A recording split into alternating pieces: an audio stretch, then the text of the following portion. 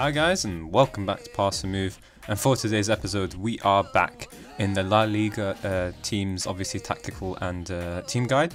So just obviously as the title says, we'll be covering the tactics that you should be setting up this team in, and of course just having a look at maybe some players that you might need to sell or move on, or areas in your squad that might need some investment.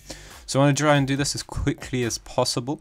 I don't want to spend too much time on each episode, of course. About 20 minutes is what we're aiming for. But just quickly, one of the things I like to do in the beginning is actually to go to my staff and see which staff member I can trust in terms of their judgment of ability. Of course, judgment of potential is also important, but I'm just trying to find out who are the best players at my squad, right now. So it looks like the fitness coach Tony Ruiz is probably best, but Inaki is my assistant manager, and the difference is literally just one attribute, so it doesn't make any sense. So I'm going to trust my assistant instead. Generally, you do want to be able to trust your assistant manager or your head of youth development. Obviously, trusting coaches isn't as bad either, but the better thing is, of course, your assistant manager, because that's what you do see on your screen. So next thing to do is actually go to to the team report. Sorry. We will be going to squad depth, but you can have a quick look at your strengths and weaknesses to figure out how you can obviously work this team better and how to get the best out of this squad. So as you can tell, of course, as a team of this stature, you're definitely going to have depth issues, and you've got it in pretty much every department. But if you go into squad depth, you can set it on current ability, set the formation on all positions so that you can see what type of formation you need to try and create from the players that you have available, and then you just set it on the opinion of the staff member that you trust, which we said here is going to be Inaki. So there you go, that's kind of it. So if you have a quick look at the squad, you can tell there's a couple of areas that stand out. Striker position, for example, you've got two quality strikers there. You've got very decent left and right wingers. You're a decent attacking midfield spot, but they don't stand out as much. You've got plenty of central midfielders as well, one decent defensive midfielder. It looks like your fullbacks can play quite comfortably as right backs as well. You've got a ton of centre backs, and your goalkeeper is pretty much just the one, but you've got decent backup to him. So in terms of the actual players, you do want to, if you ask me, you want to have 22 players per you want to have 22 players for your full squad, 2 players per position, one first choice player who's supposed to be a leading star world-class player, and of course a backup who's supposed to be a youngster with potential. And so that way there's a nice balance to the squad. The youngster has to be ready for the division that he's playing in, and he has to have the potential of being a leading star world-class player so that he can actually overtake your current first choice, or at least compete with him. So that's the kind of balance I like to have, but that's something that you have to keep in mind when it comes to team building. In terms of actual tactic, you can really take the squad in a number of ways. You could potentially go with a 4-3-3 if you want to trust your midfielders more. You can play with 2 centre mids, 2 DMs, but of course it means that one of these good strikers miss out on your squad. You can obviously play with a formation that includes a 3-man backline or a 5-man backline, whichever one you want to call it, but basically 3 centre backs. Because you do have 4 really good centre backs, and a 2 centre back formation means 2 of them missing out. So there's a couple of really different directions you can take this squad, but let me show you how I took it in. We went with a standard 4-4-2. So I'll explain more in just a second, but just so you can have a quick look, your board just expects you to avoid the relegation in the Spanish First Division, and in terms of season preview, expected to finish in 15th. So that has a lot to do with the type of formation we've gone with today, as well as the tactics that we've used. I feel like this is the best way to bring out the best in the squad. So as you can see, the roles pretty much, I mean, you can read them yourselves really, but in terms of the type of tactic we're trying to play with, is actually a possession type of football. Obviously, I feel like when you're a smaller team, playing directly might actually help you more, because obviously bigger teams are trying to break you down. You can more often than not hit them on the counter. That's the type of football I was trying to aim for. But unfortunately, the type of players we have doesn't suit that type of football. And it looks like playing possession football actually seems to make the most sense and keeps us at a low mentality of counter. So what we're essentially looking for are players, when you're looking for possession football, you want players who don't dribble too much, you want them to not cross too much, you want to make sure that they don't shoot too much. Of course, playing a 4-4-2 naturally doesn't help possession football too much, but it's going to be a good way of finding a nice little balance between being too direct and being too obsessed with possession as well. And so of course in the inverted wingers we've got players who don't cross too much as well. That's what we're trying to avoid, crossing. We're trying to avoid crossing, dribbling or shooting. and so this kind of suits the way we're trying to play. But of course we do have a ton of players who actually dribble, so that's why I've included the tactical instruction dribble less. I like to really just keep it as simple as possible, so I just have it on counter. You can even play on defensive if need be, and just shorter passing is all that's necessary. But I've added dribble less because of course we've got too many dribblers, both the inverted wingers and of course advanced forward, and I think even the complete forward all dribble plenty. So we've gone with a 4-4-2, kind of self-explanatory. We've got a goalkeeper playing in his best role. We've got two defensive centre-backs in Olivier and Lomban. Kind of suits the team overall, and you know, they have good tactical awareness, I suppose, as a defensive centre-back. But you could definitely go with the central defender if you wanted to. I just felt like defensive centre-backs seem to make the most sense. But yeah, I mean, if you want to try and keep possession a bit more, because, you know, the good thing about defensive centre-back is that they dribble less, but of course the issue is that they do have more direct passing. So if you can actually, we can actually just change that now and just go with a ball-playing defender, and a central defender I think would suit the overall style a bit more. But you could definitely work with defensive centre-backs if you feel like your defenders are more capable in that role. So in possession football, we're also looking for players who cross from the byline, and so this is why we've got two wing-backs on attack.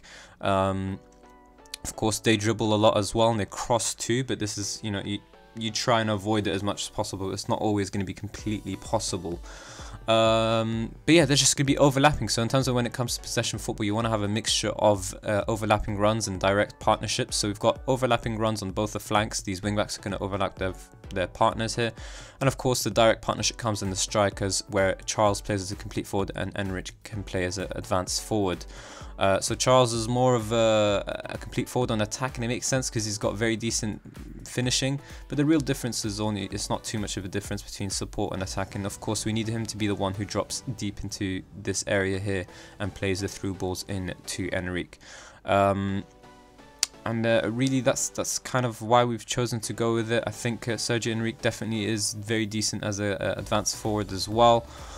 He's not really too comfortable if we change him into any other roles. Poacher probably suits us a bit more because, you know, poachers don't dribble too much, but his role ability drops for it, and so we just kept him as advanced forward, and it just made sense to keep him as is anyways because we do have the team instructions of dribble less. Inverted wingers on either side. Inoue is normally actually an inside forward, but we're forced into playing him in a deeper position as an inverted winger. You know, he's still fine with it. The difference in terms of attributes are very little, and you know, we can possibly play him as a winger, but he cuts inside from the left wing anyway, so it doesn't make sense. Pedro is a very, very good advanced playmaker in truth, and if we played him further forward, that would make sense. But we're gonna have to drop him in deep a little bit and play him as an inverted winger, where his vision passing are still being used, and at the same time his crossing would be used a lot more than if he was an advanced playmaker as well. I'd love to have played him as a wide playmaker. I feel like that would make use of his role a lot more too, but unfortunately for us, again, his role ability drops when we play with that. When it comes to 4-4-2 midfield, really you can only play these two roles. I feel like they're the most complete roles when you're playing a 4-4-2. One who's doing the defensive work in Danny Garcia as a central midfield on defend, and Rico as an advanced playmaker on support. You've got plenty of strength in terms of your central midfielders and your centre backs. So really you can alternate between a number of different roles, but I feel like these two complement each other best and bring out the best out of the squad. So Garcia, we just have him marking the specific position, which is the attacking midfield position, just to make sure that no one exploits our weakness here, which is the main weakness in a 4-4-2 formation. So that's kind of it. We tried to, you know, fit our best 11 players into the same starting 11, and at the same time use them as much as possible in their most comfortable roles without having to mess up our tactics too much either. I would have loved to have played in a direct style of play. You know, playing defensive direct football would have seemed to make the most sense because of our stature. But at the same time, when it comes to direct football, we're looking for tons of shooters, crossers, and dribblers. And while we do have tons of dribblers, we don't have too many crossers. We've actually got players who like to avoid crossing in inverted wingers, and so it didn't make too much sense either. And so, you know, we just had to go with the possession type of football. But you can try, if you want, the direct style of football, which is pretty much just changing these two into wingers and these into fullbacks on attack. and looking for crosses from deep instead of crosses from the byline. That's kind of it. I mean, you can, like I mentioned, you could definitely play with a 3 centre-back formation or a 3 midfield formation, but I felt like I want to try and make the most out of these 2 strikers here, who are one of the top players out of the squad, and hopefully they can get us a bunch of goals and help us you know, climb up the table and avoid relegation. So that's it in terms of the tactics, but in terms of the squad, we can go through it one by one here. So if we just go on reports, sort of our position, already talked about having 22 players. So in terms of numbers, if we have a look here, select everyone, you do have 30 players, but obviously, even though that's way over the numbers that you want, a lot of these are actually out on loan. So if we reduce it here, have a quick look again, we've got 23 players. So that means you're just one over. And I think I just want to make sure, because there is someone who's being transferred out. I just want to make sure he's actually showing up here. Yeah, Andre Kappa. Alright, good. So that's kind of it. So you got 23 players. So someone's definitely leaving. And by the looks of it, it is one of your goalkeepers. You do have to bear in mind, of course, your main choice goalkeeper here, as we go through it one by one, is actually out for 6 to 8 months. So the player that we were looking to move out, which is a goalkeeper, since you have 3 and you only need 2, it looks like it's better for you to hold on to him until Yoel returns. But yeah, these 2, you know, because you're a relegation candidate, you should be aiming for at least a minimum of decent ability for the first division. So you've got that in Yoel, but the problem is that your backup goalkeepers probably won't have the same ability. So we've got a leading second division player there, and the same can be said about Asir as well. So you do want to improve that. You want to bring in a youngster with potential, or if you can, of course, aim higher and try and bring in an actual good player from most first division sides as your top choice goalkeeper, and obviously eventually build to leading and world class and all that sort of business. But yeah, I mean, you just have to sort of eventually build towards it and just set your minimum ability at a decent player for most first division sides. In terms of your right backs, it's good that you've got 2. We already talked about Kappa being a first choice, and he is a decent player for most first division sides, so that's good to see. But his backup isn't good enough, and you'd do better with a youngster with potential. He is at 30 years of age. You could probably do without, with the money actually, sorry, with the 2.4 million. He's not on too high wages, of course, but you can definitely improve in that department. In terms of centre backs, you've got the numbers, but yeah, just to go back into the right back spot, you just have to bear in mind that Kappa is going to be leaving on the 1st of next year, sorry, to Atletico Bilbao. So you're going to have to try and sort out that right back spot anyways. But at least in terms of your first choice players, you've got the options in Yoel and Kappa. Now, centre backs, you've got the numbers, and we talked about having plenty of depth in that department, so I think you're pretty much sorted. But obviously, like I mentioned, you do want to try and have a better balance in your current squad, and the only way to do that is to actually obviously have youngsters with potential, because all of these players are potentially going to be looking for first team football. So Ivan there, not even included in the first team, and he's trying to look for first team football. Everyone but Alex has accepted it, and I can bet you anything that Alex is going to complain later on, because he will think he's good enough to play for the team, because, you know, he's got just as good ability as any other centre back in the squad. But yeah, very strong in terms of the central defence and midfield area in terms of depth, like I mentioned. But you do want better balance potentially, and as well, of course, you do want better ability until you're one of the top teams in La Liga, of course. Left backs, again, you've got the numbers in Jose Angel and David Juncker, and David is your first choice, but he's not good enough, but he does have a hint more potential, so hopefully he can become a decent player for most first division sides. And Jose Angel is just really not a good enough backup, in truth, like we mentioned. You could probably bring in a better youngster with potential again, or if you wanted to be ruthless, you could get in a good player for most first division sides. You've got central midfielders, these 4 here, so you're sorted in that department. Of course, Gonzalo is a decent player with a bit more potential, so he's someone to keep an eye out on as well. And where's our MCL? Why is he actually missing? Don't tell me our MCL is actually on loan. Did I really make that mistake? Oh, he is on loan here, sorry. No, we want anyone who's not at the club is what I mean. Alright, there you go. So it looks like we will have 23 players either way, but yeah. So Fran Rico and Garcia are your first choice, and like I mentioned, they just offer better balance. But Gonzalo's a very capable player in the central midfield as well. A very good backup to have. You've got Jordan, who's a youngster with potential, but he's not ready for the first division. So if you want to be ruthless, you could send him and Christian out on loan to have better youngsters with potential and hopefully see them return next season ready for first team action. But yeah, you've got excess numbers in central midfield. You've got 5 when you only really need 4.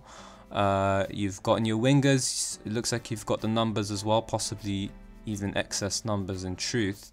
And you may need some better backup in the striker department as it shows here. So Charles and Sergi here are your first choices, and then you've got the backup Kike, who's not good enough, and maybe one of these wingers can actually play as a striker for your squad. That would prove useful. You've got someone who's capable in the role, but not entirely comfortable. Bebe, no. All right, so there's no real hope. If you do get rid of one of these wingers and bring in an actual good backup striker, then you would have better balance to your squad. But the first choices, Pedro and Takashi, are decent players for first division. So with the squad that you've got very good first team ability, and you should be able to survive relegation with ease. But you do want better squad depth. You want to try and avoid using your backup team as much as possible, because a lot of them aren't ready for the first division. And really, it's just about trying to build on your current squad as much as possible. More often than not, you won't really be able to buy good first division players because they're going to cost you too much. And if we're going to show you the obviously the transfer budget for your squad at the moment, but really it looks like you're going to have to rely on youth and probably bring in youngsters who are ready for first division action and can eventually become top players for you, because it's unlikely that you'll be able to get anyone. You can obviously try free transfers at the end of the season. That's a very good avenue to try, and of course bringing in loan players is a good thing to do as well. But that's kind of it in terms of the squad building and the tactics. I think you've got a very capable squad of surviving relegation. You should be able to do it, of course, against the likes of both Madrid teams, and Barcelona is going to be tough. But yeah, let's have a look at the transfer budget. So you can tell it's not a lot of money. You're already overspending on your wage budget as well. So if you go, I like to have it in the middle, leaning towards transfer budget. And there you go. So you've only really got 200k, which is pretty much useless. I think if you really improve your staff and work on bringing in your own youngsters, or dealing with loan players and finding players on free transfers, I reckon, to be honest, anywhere in the world that you can quite often find good players for your first division who are leaving on a free transfer more often than not. Finding leading players is very difficult, but finding good players on free transfers is very doable. But yeah, gonna be tough, but very capable of surviving. You've got 6 million in the bank, which is good. Projections are looking nice as well. Just continue trying to survive, and you've got a very capable team who have foundations to go on and be a good, very top club if you build them up that way, as you can see the progress there. But yeah, I think that's all for today's episode. So if you did enjoy it, of course, please do hit the like button and subscribe for more Daily Football Manager 2018 content. And of course, I'd love to hear your thoughts in the comment section below. Let me know if you disagree or agree with the tactics and the team guide and all that sort of business. I'd love to hear it. And yeah, that's all. So thank you all very much for watching, and until next time.